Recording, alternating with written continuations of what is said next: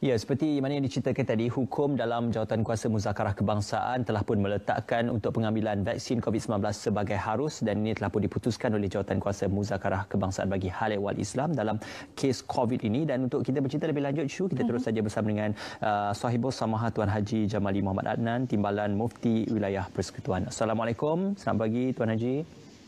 Waalaikumsalam warahmatullahi wabarakatuh. Selamat pagi Ismail dan Syuhada. Selamat pagi. Okey, Tuan Haji, kalau boleh perincikan, kita dah kongsikan sebenarnya bahawa pengambilan vaksin ini adalah harus, tapi bagaimana sebenarnya perkara-perkara yang selama ini diteliti untuk mengeluarkan fatwa ini dan mengatakan bahawa pengambilan vaksin COVID-19 untuk masyarakat Malaysia adalah harus?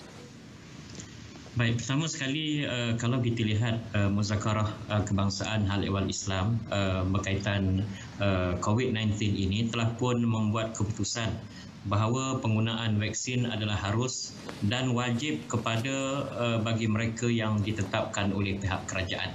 Misalnya disebutkan tadi di peringkat awal ini vaksin kepada golongan frontliners, kemudian kepada mereka yang mengidap penyakit-penyakit berjangkit yang risiko tinggi, diikuti dengan golongan dewasa dan seterusnya. Jadi ini juga selaras dengan keputusan fatwa kebangsaan ini, juga selaras dengan keputusan Jawatankuasa Perunding Hukum Syarak Wilayah Persekutuan. Kita di Pejabat Mufti Wilayah Persekutuan juga telah mengambil keputusan yang sama pada beberapa minggu yang lalu bahawa penggunaan vaksin adalah sebagai suatu usaha, suatu ikhtiar untuk mengelakkan daripada penularan penyakit berlaku, maka hukumnya adalah harus dan ia wajib kepada mereka yang telah pun ditetapkan. Jadi sebelum daripada kita membuat sesuatu fatwa, sudah pastilah kita mengadakan perbincangan, kita dibentangkan maklumat-maklumat semasa yang berkaitan perkara teknikal daripada pakar-pakar daripada di antaranya Kementerian Kesihatan.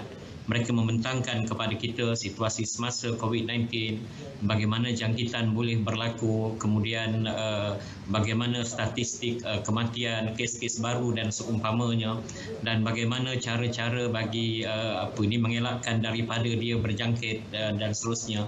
Jadi akhirnya setelah pembentangan ini dibuat, kami khususnya para mufti di seluruh Malaysia dalam MKI ini, juga fatwa di pihak di peringkat negeri telah pun mengambil keputusan yang saya yakin semuanya sama, seia dan sekata, senada, seirama bahawa penggunaan vaksin COVID-19 yang ditetapkan oleh pihak kerajaan adalah suatu yang harus, dan ia juga merujuk kepada fatwa yang telah pun dikeluarkan oleh badan-badan fatwa autoriti di seluruh dunia, sama ada di Mesir, sama ada di Arab Saudi, sama ada di Amerika, dan juga pandangan daripada tokoh-tokoh ulama fiqh kontemporari, antaranya Syekh Wahbah Zuhaili dan Syekh Yusuf Al-Qardawi dan seumpamanya. Jadi kita sebagai rakyat Malaysia sepatutnya mempunyai suatu pengiktirafan kepada apa yang dilakukan oleh pihak yang disebut sebagai golongan pakar ini, sama ada pakar agama ataupun pakar kesihatan di dalam saat yang genting seumpama ini. Mereka inilah yang berusaha, berikhtiar untuk mengeluarkan sesuatu ketetapan hukum dan sebagainya. Maka sebagai rakyat biasa, hendaklah kita mematuhi, menghormati institusi fatwa dan kefatwaan ini. Mudah-mudahan ia membawa kepada suatu yang kebaikan kepada kita rakyat Malaysia khususnya. Ya, Tuan Haji, dalam proses untuk kita menghuraikan prinsip hukum, khususnya dalam penilaian kepada fiqh Islami, ini perkara yang cukup penting untuk kita menilai tentang kaedah-kaedah penyucian bahan dalam vaksin COVID-19. Dan sudah pasti keputusan ataupun the rule deduction untuk sampai kepada keputusan harus dan juga wajib itu perlu mendapat persefahaman ataupun ijma' bagi mereka yang menafsirkan keputusan itu sendiri. Jadi apakah kita penilaian di sebalik penyuraian ataupun penghuraian hukum fiqh Islami yang telah pun ditetapkan?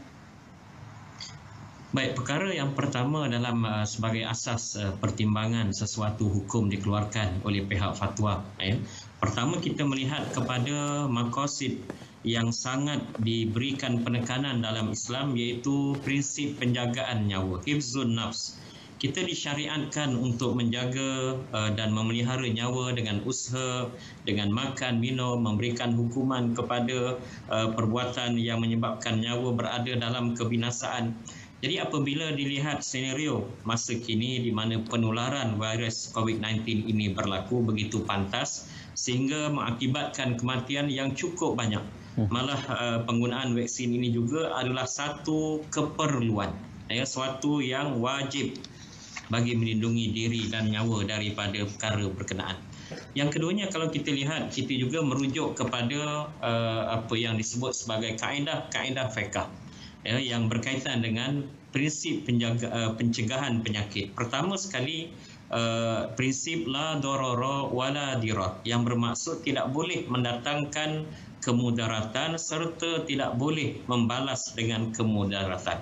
Jadi melalui kaedah ini dapat dipahami bahawa sekiranya meninggalkan suntikan vaksin ini akan mendatangkan mudarat kepada diri kita, maka perbuatan meninggalkan pengambilan vaksin ini dianggap suatu kesalahan yang dinafikan di sisi syarak, iaitu memberikan mudarat kepada keburukan ataupun kerosakan kepada seseorang manusia.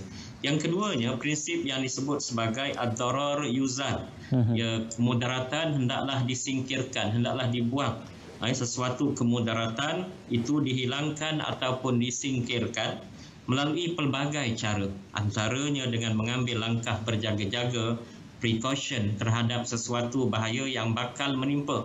Justru pengambilan vaksin ini turut termasuk dalam cara menyingkirkan kemudaratan kepada seseorang, maka vaksin ini turut bertepatan dengan kaedah fiqh di atas. Dan yang ketiganya, kalau kita lihat dari segi kaedah fiqh ini juga, satu kaedah yang menyebut bahawa apabila bertembung dua keburukan, dua kerosakan, maka kita lakukan ataupun kita terima mafsadah yang lebih ringan, kesannya. Sebab itu kalau kita lihat memang ada berlaku mungkin kesan sampingan dan sebagainya, tapi perkara itu mungkin ada dalam saiz yang kecil, maka dengan sebab itu pengambilannya lebih diutamakan. Yang keduanya, kalau kita lihat selain daripada menjaga prinsip menjaga nyawa, hifzun nafs, yang keduanya prinsip mematuhi arahan ulil amri ataupun pemerintah, yang mana ia merupakan satu kewajipan kepada umat Islam. Jadi langkah kerajaan mendapatkan bekalan vaksin bagi rakyat merupakan satu usaha yang sangat baik murni bagi mengekang penularan jangkitan COVID-19 ini yang dilihat semakin membimbangkan. Maka dengan sebab itu mentaati pemerintah ini suatu perkara yang amat dituntut oleh syarak itu sendiri. Malah kalau kita lihat berselaras dengan apa yang disebut dalam satu lagi kaedah fiqh yang lain, tasarruful imam ala ra'iyah manutum bil maslahah. Urus tadbir pemerintah ataupun kerajaan ke atas rakyatnya adalah bergantung terikat dengan sesuatu kebaikan, maslahah. Kita disampaikan kepada kita bahawa COVID ini akan berpanjangan, mungkin ambil masa yang panjang.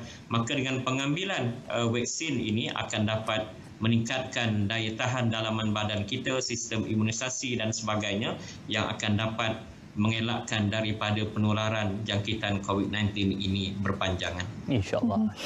Kalau Tuan boleh kongsikan bagaimana dalam konteks antarabangsa ketentuan penggunaan vaksin oleh negara-negara Islam dan juga bagaimana institusi fatwa dunia dalam hal ini?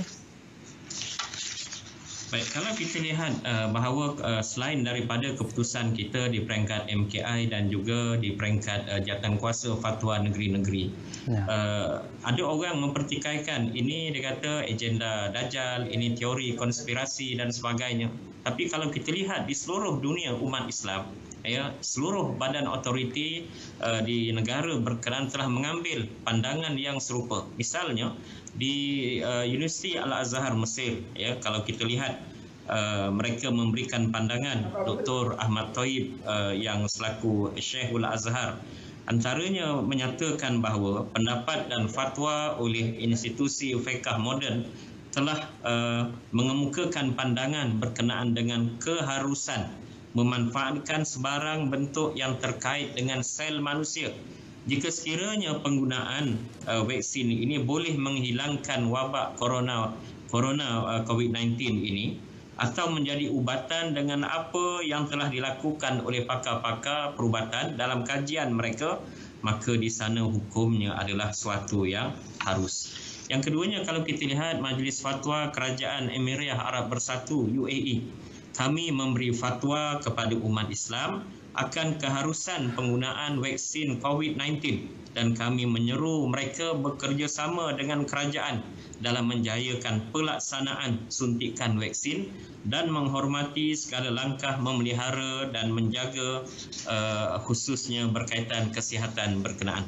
Malah kalau kita lihat muzakarah fatwa Majma' Fuqaha Asy-Syariah di Amerika Syarikat juga menyebut suatu fakta yang amat menarik dengan menyatakan bahawa isu suntikan COVID-19 ini telah mendapat pandangan daripada doktor-doktor Muslim yang sikap yang terpilih bahawa suntikan tersebut telah melalui dan diterima oleh badan perubatan yang membuat uji kaji melebihi 40,000 nyawa, sedangkan tiada gejala dalam tempoh 2 bulan.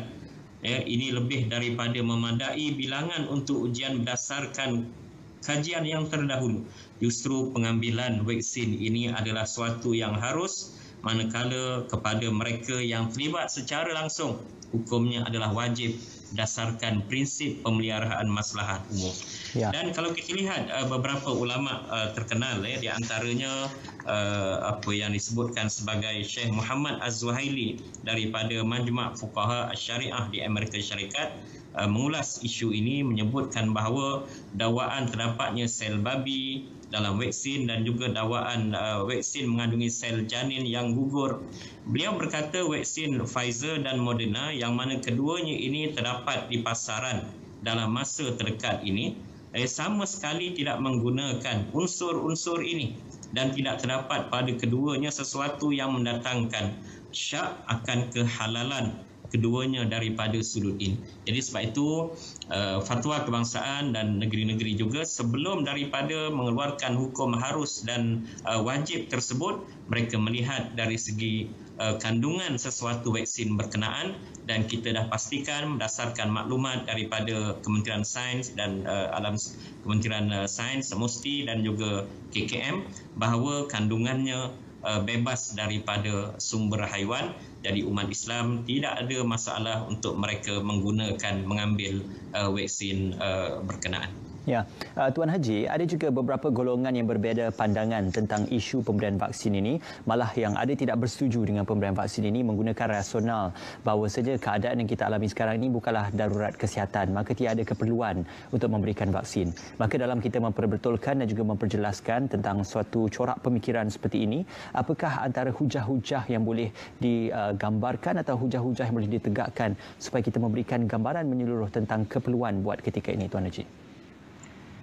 Baik, pertama sekali kalau kita lihat di dalam Al-Quran, Allah Ta'ala memberikan suatu guideline, garis panduan yang amat menarik, iaitu apabila kita inginkan sesuatu kepastian, keyakinan dalam apa sahaja isu yang berkaitan, pertama sekali tanyalah, rujuk, refer kepada mereka yang ahli ataupun pakar dalam sesuatu bidang berkenaan. Allah Ta'ala sebut di dalam Al-Quran, fas'alu ahla zikri in kuntum la ta'lamun. Tanyalah kamu kepada golongan yang ahli dalam sesuatu bidang sekiranya kamu tidak mengetahui. So dalam keadaan COVID-19 yang berlaku pada hari ini, bidangnya, pakarnya, khabirnya ialah mereka yang terdiri daripada pakar kesihatan, pakar vaksin, Kementerian Kesihatan, dan dari segi agama pula daripada kalangan para mufti yang telah pun memerah seluruh pemikiran mereka untuk mengeluarkan sesuatu hukum. Jadi berdasarkan kepada perkara ini, hormatilah institusi yang ada pada hari ini, khususnya institusi fatwa yang bertugas untuk memberikan pencerahan, penjelasan berkaitan sesuatu hukum syarak kepada masyarakat, dan kita menghargai usaha yang telah dilakukan oleh pihak-pihak berkepakaran seperti mana KKM dan sebagainya. Jadi timbul isu sekarang ni, mereka yang golongan anti vaksin ini, mereka sebenarnya tidak ada apa yang disebut sebagai bukti yang jelas. Mereka berdasarkan semata-mata teori konspirasi, dalam vaksin ini ada microchip dan sebagainya, sedangkan tidak melalui satu kajian yang saintifik ataupun empirical.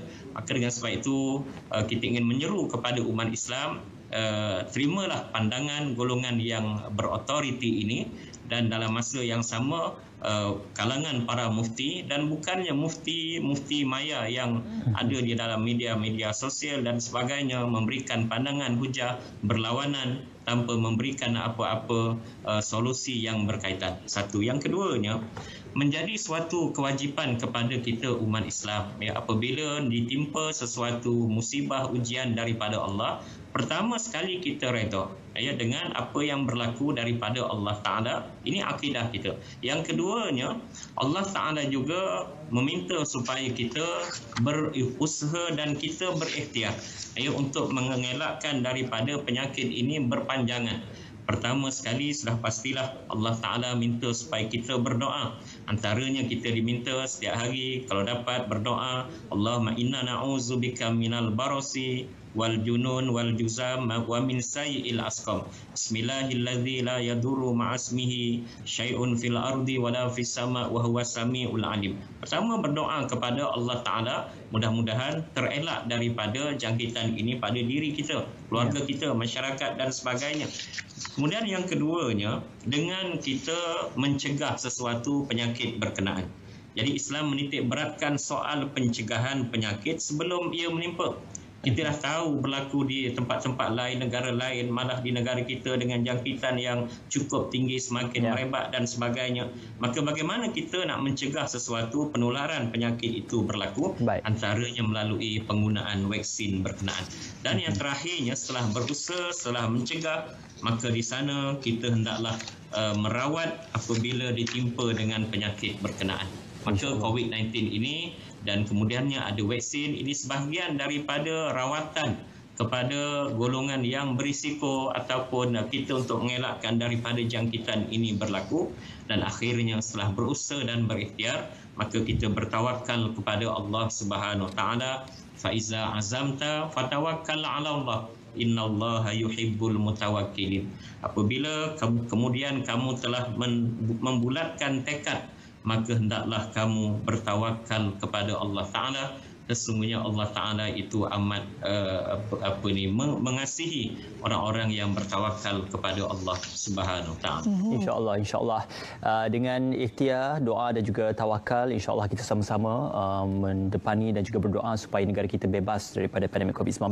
Terima kasih sekali lagi kepada Sahibul Samahah Tuan Haji Jamali Muhammad Adnan, Timbalan Mufti Wilayah Persekutuan, kerana bersama dengan kami pada pagi ini.